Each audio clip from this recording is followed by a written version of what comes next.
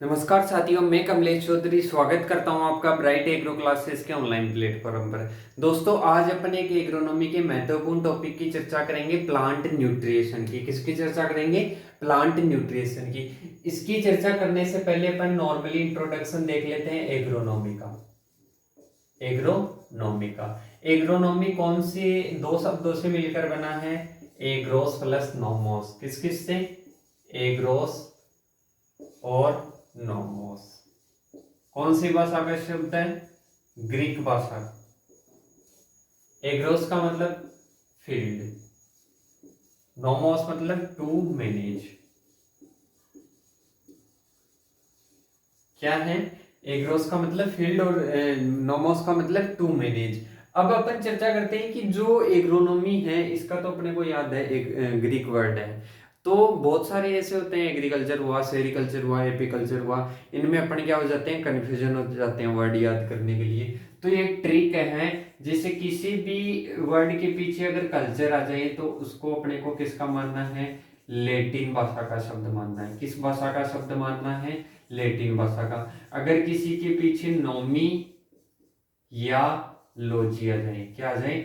नोमी या लोजी आ जाए, तो उसको किसका मानना है? ग्रीक भाषा का शब्द मानना है। किसका मानना है दोस्तों? ग्रीक भाषा का। पर एक अपवाद है, क्या है? पोमोलॉजी। पोमोलॉजी एक अपवाद है। ये दो शब्दों से मिलकर बना होता है, पोमम, पोमम और लॉजी। पोमम का मतलब क्या होता है? फ्रूट। और लॉजी का मतलब क्या होता है? स्टडी, टू स्टडी, मतलब फ्रूट्स की स्टडी करना। पोमम कौन सा शब्द है? लेटिन। और लॉजी कौन सा है? ग्रीक। मतलब ये कौन कौन से दो शब्दों से मिलकर बना होता है? Latin plus Greek. मतलब पोमोलॉजी किस भाषा का शब्द है? लेटिन प्लस ग्रीक भाषा का शब्द है। समझ में आया होगा दोस्तों। अब इसके बारे में अपन चर्चा कर ली कि एग्रोनॉमी ग्रीक भाषा के दो शब्दों से, एग्रोस और नोमोस से मिलकर बना होता है फील्ड का मैनेज करना। मीनिंग क्या होता है इसका? फील्ड का मैनेज करना, खेत का प्रबंधन करना। अब इसके बाद में अपन चर्चा करते हैं इसकी डेफिनेशन की। जो एग्रोनॉमी है इसकी डेफिनेशन की चर्चा करते हैं दोस्तों। इसमें है जो भूमि है, फील्ड है, उसका उचित प्रबंधन करके, वैज्ञानिक ढंग से,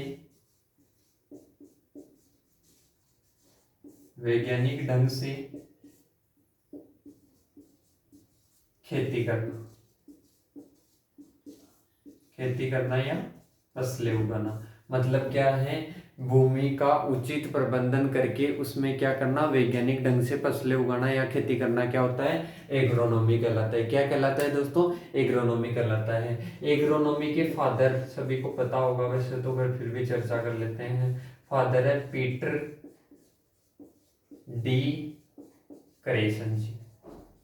क्या है दोस्तों?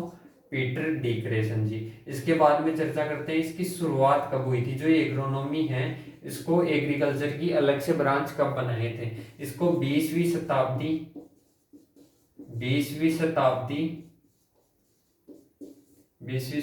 के पहले दशक में। कब बनाए थे दोस्तों?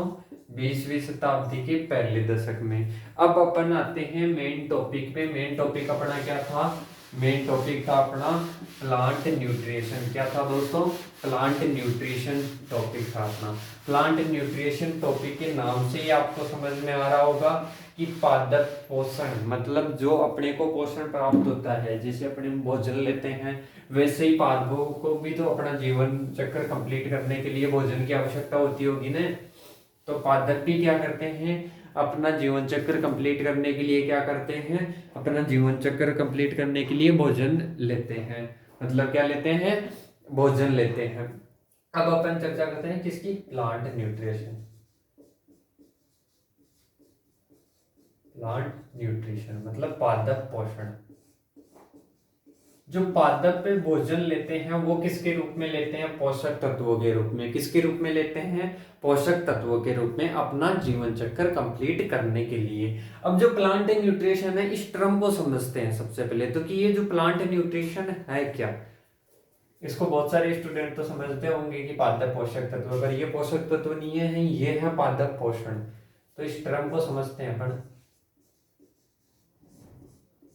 जैसे कोई प्लांट है, क्या है दोस्तों, प्लांट है, ये सबसे पहले क्या करता है, इसको अगर कहीं भी न्यूट्रिएंट्स मिल गए, कहीं भी मृदा में न्यूट्रिएंट्स मिल गए और जड़ें वहां तक पहुंच गई, तो क्या करेगी, उनको ग्रहण करेगी, एब्जॉर्प्शन करेगी, उनको क्या करेगी, ग्रहण करेगी। ग्रहण करने के बाद में क्या करेगी, उनका ट्रांसलोकेशन मतलब स्थानांतरण करेगी। उनका क्या कर दी, स्थानांतरण कर दी। स्थानांतरण करने के बाद में क्या होगा, एसिमिलेशन। इसकी चर्चा करते हैं अभी क्या होता है। देखिए दोस्तों, कोई भी प्लांट है, प्लांट सबसे पहले क्या करता है, जैसे ही उनको कोई फेवरेबल कंडीशन मिलती है, पोषक तत्व मिलती है, तो वो घोल के रूप में क्या करेंगे, न्यूट्रिएंट्स लेंगे। न्यूट्रिएंट्स का क्या करेंगे, एब्जॉर्प्शन मतलब ग्रहण करेंगे। इसके बाद में ट्रांसलोकेशन मतलब जड़ें ग्रहण कर ली। इसके बाद में पादप के विभिन्न भागों तक क्या करेगी, वो जड़ें पोषण पहुंचाएगी मतलब पोषक तत्व पहुंचाएगी। इसके बाद में क्या होगा, विभिन्न भागों तक पहुंचा दिया, उनका क्या होगा, जगह जगह क्या होगा, पाचन होगा, एसिमिलेशन होगा, और फिर पादप को क्या मिलेगी, एनर्जी मिलेगी। ये समझ में आया होगा दोस्तों। अब अपन चर्चा करते हैं कि यहाँ पर एब्जॉर्प्शन की बात आई, मतलब ग्रहण करना, ग्रहण कैसे करते हैं इसकी चर्चा तो आगे करेंगे, पर कहां से करते हैं, मतलब सोर्स क्या होते हैं, प्लांट्स को न्यूट्रिएंट्स मिलने का सोर्स क्या होता है। सोर्स एक तो है मृदा मतलब सोइल, पहला क्या हो गया, सोइल, एयर, वाटर। जो एयर और वाटर से पोषक तत्व मिलते हैं वो CHO, कार्बन, हाइड्रोजन और ऑक्सीजन मिलते हैं मुख्यतः। अब देखिए दोस्तों, कार्बन, हाइड्रोजन और ऑक्सीजन ये एयर और वाटर और सोइल से भी मिलते हैं, मतलब तीनों जगह से मिलते हैं, एयर से भी, वाटर से भी और सोइल से भी मिलते हैं। अब इसके बाद में अपन चर्चा करते हैं, एक टर्म है दोस्तों, सोइल फर्टिलिटी। क्या है दोस्तों, सोइल फर्टिलिटी। सोइल फर्टिलिटी क्या होती है, डेफिनेशन आप इसकी लिख लेना। सोइल प्लांट, मुख्यतः बिंदु लिख देता हूं, सोइल प्लांट और क्षमता मतलब कैपेसिटी। ये तीन मुख्यतः बिंदु होते हैं, सोइल, प्लांट और कैपेसिटी। किसकी कैपेसिटी, इसकी अपन चर्चा करेंगे। मतलब इसकी डेफिनेशन देखते हैं कि जो सोइल है, सोइल की प्लांट को न्यूट्रिएंट्स उचित और बैलेंस मतलब संतुलित मात्रा में प्रदान करने की क्षमता, मतलब देने की क्षमता। मतलब कोई भी सोइल है, कोई भी सोइल है, उसको न्यूट्रिएंट्स हैं, सोइल में न्यूट्रिएंट्स होते हैं, उसको पादप को उचित और संतुलित मात्रा में प्रदान करने की जो क्षमता होती है उस सोइल में, उसको अपन क्या बोलते हैं, सोइल फर्टिलिटी। मतलब पादप को एक उचित और संतुलित मात्रा में पोषक तत्व उपलब्ध करवाने की क्षमता, किसकी, मृदा की। यही क्या होती है, सोइल फर्टिलिटी। जिस मृदा में पोषक तत्व अधिक होंगे और उसकी मतलब उचित मात्रा में और संतुलित मात्रा में प्रदान करने की क्षमता अधिक होगी, उसकी सोइल फर्टिलिटी क्या होगी दोस्तों, अधिक होगी। अब एक फैक्टर है सोइल प्रोडक्टिविटी, इसका ही फैक्टर है ये, सोइल प्रोडक्टिविटी। ये क्या होता है, सोइल प्रोडक्टिविटी को हिंदी में बोलते हैं मृदा उत्पादकता, इसको बोलते हैं मृदा उर्वरता। अब जो सॉइल प्रोडक्टिविटी है, मृदा उत्पादकता मतलब मृदा की उत्पादन करने की क्षमता। क्या दोस्तों, मृदा की उत्पादन करने की क्षमता। उत्पादन क्षमता कब अधिक होगी, जब सोइल फर्टिलिटी अधिक होगी। सोइल फर्टिलिटी कब अधिक होगी, जब मृदा में न्यूट्रिएंट्स की मात्रा क्या होगी दोस्तों, अधिक होगी, तभी क्या होगी, सोइल फर्टिलिटी अधिक होगी। अगर सोइल फर्टिलिटी अधिक होगी तो सोइल प्रोडक्टिविटी भी अधिक होगी। ये तीनों कॉन्सेप्ट ध्यान रखना कि न्यूट्रिएंट्स अधिक होंगे तो सोइल फर्टिलिटी अधिक होगी, सोइल फर्टिलिटी अधिक होगी तो सोइल प्रोडक्टिविटी भी अधिक होगी। सोइल फर्टिलिटी क्या होती है, सोइल की प्लांट को एक उचित और बैलेंस मात्रा में पोषक तत्व प्रदान करने की क्षमता। यहाँ से क्वेश्चन बन जाता है, कहीं से भी घुमा के क्वेश्चन कर देगा, पर ये आप कॉन्सेप्ट क्लियर रखना अपना। अब इसके बाद में अपन चर्चा करते हैं आवश्यक पोषक तत्व। आवश्यक पोषक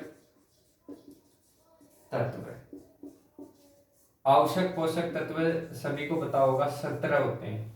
आवश्यक पोषक तत्व कितने होते हैं? 17 होते हैं। ऐसे तो आपने एक और कॉन्सेप्ट समझा होगा कि पोषक तत्व में से 30 पाए जाते हैं। प्लांट के शरीर में कितने पाए जाते हैं? 30 पाए जाते हैं। कभी कभी कंडीशन में अपने को 90 पोषक तत्व भी मिलते हैं एक प्लांट में। एक प्लांट में 30 पोषक तत्व मिलते हैं नॉर्मली तरीके से, और कभी कभी क्या मिलते हैं? 90 पोषक तत्व मिलते हैं। तो वो सभी तो आवश्यक है नहीं कि ऐसे हैं कि 90 में से 30 पोषक तत्व पाए जा रहे हैं और कितने नहीं है, 60 पोषक तत्व नहीं है, तो पौधा अपना जीवन चक्र कंप्लीट नहीं कर पाएगा। ऐसी कंडीशन नहीं होगी। ऐसी कब होगी? जब आवश्यक पोषक तत्व 17 है और उन 17 में से किसी पोषक तत्व की कमी हो जाए तो वो पौधा अपना जीवन चक्र ढंग से कंप्लीट नहीं कर पाएगा। 17वां पोषक तत्व आप सभी को पता होगा निकेल है। 17वां पोषक तत्व क्या है? निकेल। इसकी खोज कब हुई थी? 1987 में। कब हुई थी दोस्तों? 1987 में। अब अपन चर्चा करते हैं आवश्यक पोषक तत्व। एसेंशियल न्यूट्रिएंट्स ये होते क्या हैं? एसेंशियल न्यूट्रिएंट्स वे होते हैं, डेफिनेशन आ सकती है बहुत बार कि डेफिनेशन दे देगा, 4 ऑप्शन दे देगा उठपटांग, उसमें से आपको क्या लगाना है? Essential nutrients. क्या डेफिनेशन आएगी कि वे पोषक तत्व हैं जिनकी कमी हो जाए तो पादप अगर खुद का लाइफ साइकिल कंप्लीट नहीं कर पाए तो वो पोषक तत्व कौन से होते हैं दोस्तों? वो होते हैं आवश्यक पोषक तत्व। मतलब वे पोषक तत्व जिनकी कमी से प्लांट अपना लाइफ साइकिल कंप्लीट नहीं कर पाए तो वो कौन से होते हैं? आवश्यक पोषक तत्व होते हैं। कौन से होते हैं दोस्तों? आवश्यक पोषक तत्व होते हैं। आवश्यक पोषक तत्व वाला कॉन्सेप्ट समझ में आया होगा। ये 30 और 90 को तो भूल ही जाना, क्योंकि ये तो ओनली प्लांट के शरीर में पाए जाते हैं। आवश्यक जीवन चक्र लाइफ साइकिल में सीधे रूप से भाग लेने वाले कौन से होते हैं? 17 आवश्यक पोषक तत्व होते हैं। अब इनकी अपन नॉर्मली एक बार आवश्यकता की कसौटी देख लेते हैं। पहले जो आवश्यकता की कसौटी दी थी बहुत सारे 11th 12th में वैसे तो पढ़ा होगा आप सभी ने कि आवश्यकता की जो कसौटी दी थी वो आर्नन और स्काउट ने दी थी। सबसे पहले किसने दी थी? आर्नन और स्काउट ने। आवश्यक पोषक तत्व कसौटी ये किसने दी थी दोस्तों? ये दी थी 1939 ने, आर्नन और स्काउट ने। आर्नन एंड स्काउट किसने दी थी? आर्नन और स्काउट ने सर्वप्रथम दी थी 1939 में। कब दी थी दोस्तों? आर्नन और स्काउट ने दी थी 1939 में सर्वप्रथम। इसके बाद में इसको पुनः कब दिया गया? इसको पुनः दिया गया 1954। किसके द्वारा? आर्नन के द्वारा। किसके द्वारा दिया गया दोस्तों? आर्नन के द्वारा दिया गया। 1954 में दोबारा से दिया गया।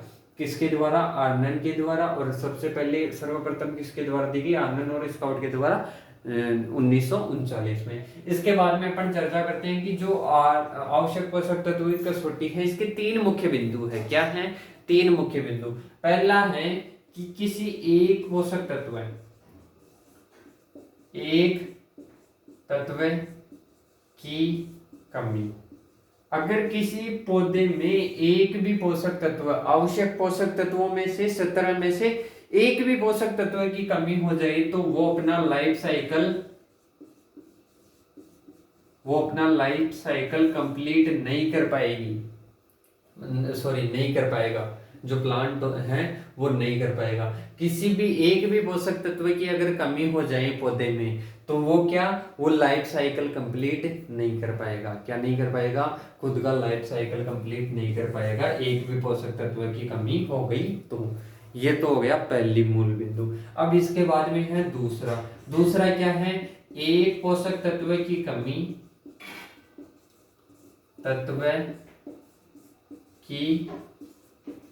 कमी उसी पोषक तत्व द्वारा दूर। मतलब क्या है? अगर किसी 17 में से किसी एक पोषक तत्व, जैसे नाइट्रोजन की कमी होगी तो नाइट्रोजन की पोषक तत्व की कमी अपन नाइट्रोजन के द्वारा ही पूर्ति कर सकते हैं उसकी, ना कि कैल्शियम के द्वारा। नाइट्रोजन की पूर्ति नाइट्रोजन के द्वारा ही की जा सकती है, किसी अन्य पोषक तत्व की पूर्ति से नहीं। अब इसके बाद में है तीसरा कि जो पोषक तत्व हैं वो सीधे किस में भाग लेते हैं, प्रत्यक्ष रूप से किस में भाग लेते हैं, मेटाबॉलिज्म क्रियाओं में। मेटाबॉलिज्म मतलब उपापचयी क्रियाओं में।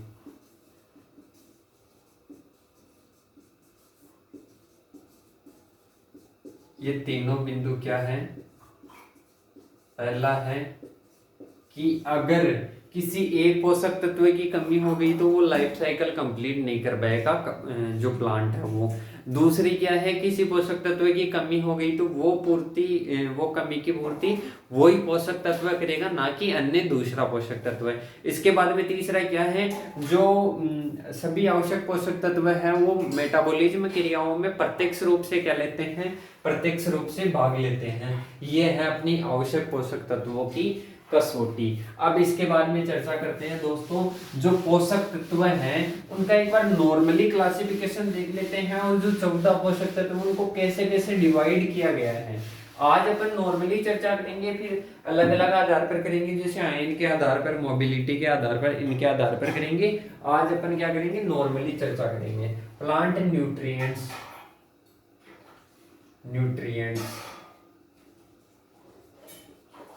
प्लांट न्यूट्रिएंट्स को मुख्यतः दो भागों में, खनिज पोषक तत्व कितने होते हैं, 3। खनिज पोषक तत्व कितने होते हैं, 14 और 3 कितने हुए, 17। खनिज को कितने भागों में बांटा गया है, मुख्यतः 2 भागों में। मैक्रो न्यूट्रिएंट्स क्या होते हैं, मैक्रो और माइक्रो। मैक्रो मतलब मुख्य और माइक्रो मतलब सूक्ष्म पोषक तत्व है। इसके बाद में मैक्रो की डेफिनेशन देखें तो वे पोषक तत्व जिनकी जो प्लांट है 1 ppm से अधिक मात्रा में ग्रहण करता है। जिनकी आवश्यकता प्लांट को, वे पोषक तत्व जिनकी आवश्यकता प्लांट को 1 ppm से अधिक होती है। 1 ppm से अधिक आवश्यकता हो तो मैक्रो पोषक तत्व, और अगर 1 ppm से कम आवश्यकता हो, लेस देन 1 ppm, तो वो कौन से न्यूट्रिएंट्स हो जाएंगे, माइक्रो न्यूट्रिएंट्स। अब जो माइक्रो न्यूट्रिएंट्स हैं इनके एग्जांपल बाद में अपन ट्रिक के साथ देखेंगे। पहले हैं मैक्रो न्यूट्रिएंट्स को कितने भागों में बांटा गया है, मैक्रो को बांटा गया प्राथमिक और द्वितीयक, सही। और इसमें है संरचनात्मक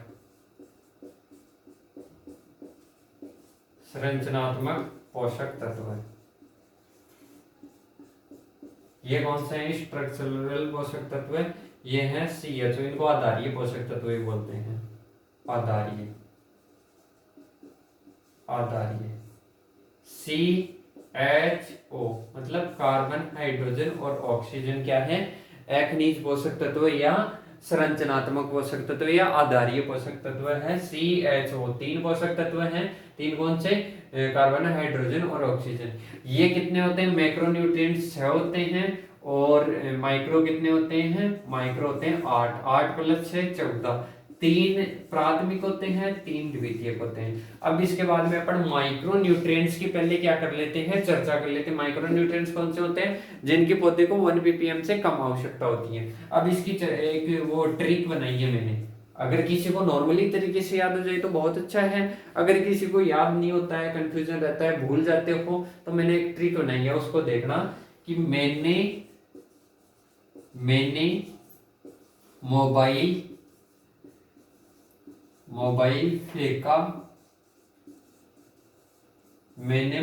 फेंका और बोला निकल मेरी जिंदगी से। क्या ट्रिक है दोस्तों, मैंने मोबाइल फेंका और बोला निकल मेरी जिंदगी से। ऐसा अक्सर हम बोलते तो नहीं है, पर अपने ट्रिक का पोषक तत्वों को याद करने की क्या है, मैंने से क्या लेंगे, मैग्नीज, और मोबाइल से क्या लेंगे, मोलिब्डेनम। मैग्नीज, मोलिब्डेनम, फेका से दो पोषक तत्व लेंगे। पहला फेरस, फेरस को अपन आयरन भी बोलते हैं, फेरिक भी बोलते हैं और लोहा भी बोलते हैं। अब इसके बाद में है फेका से दो पोषक तत्व लेंगे, पहला फेरिक और दूसरा कॉपर। इसके बाद में और को साइलेंट रहने दो, बोला से क्या लोगे, बोरोन ले लो। निकल से दो पोषक तत्व लेना है, पहला तो निकिल खुद हो जाएगा और इसके बाद में कल से क्या लोगे, कल से ले लो क्लोरीन, क्या लोगे, क्लोरीन। इसके बाद में है मेरी को साइलेंट रहने दो, जिंदगी से क्या ले लो, जेड एंड जिंक ले लो। अब कितने हो गए, 1 2 3 4 5 6 7 8, 8 पोषक तत्व हो गए और माइक्रो न्यूट्रिएंट्स कितने हैं, 8 हैं। दोबारा से देख लो ट्रिक, मैंने मोबाइल फेंका और बोला निकल मेरी जिंदगी से। मैंने से मैग्नीज आ जाएगा, मोबाइल से मोलिब्डेनम, फेंका से फेरिक और कॉपर, सॉरी का से कॉपर आ जाएगा, और को साइलेंट रहने दो। इसके बाद में बोला से बोरोन आ जाएगा और निकल से निकिल, और इसके बाद में क्लोरीन, मेरी को साइलेंट रहने दो, जिंदगी से जिंक ले लो। अब लिख लो इनको, मैग्नीज, मोलिब्डेनम, फेरस, कॉपर। इसके बाद में है बोरोन, निकिल, क्लोरीन और जिंक। ये कौन से हो गए, माइक्रो न्यूट्रिएंट्स, जिनकी 1 ppm से कम आवश्यकता होती है पौधे को। अब इसके बाद में प्राथमिक और द्वितीयक पोषक तत्व, ये ट्रिक आप उतार लेना, मैं इसको मिटा देता हूँ। अब अपन इनको भी जैसे एक ट्रिक के साथ ही याद कर लेते हैं, वैसे नॉर्मली याद हो जाते हैं, पर फिर भी अगर किसी को याद नहीं होते हैं तो अपन एक ट्रिक लिखते हैं, नेहा नेहा पापा से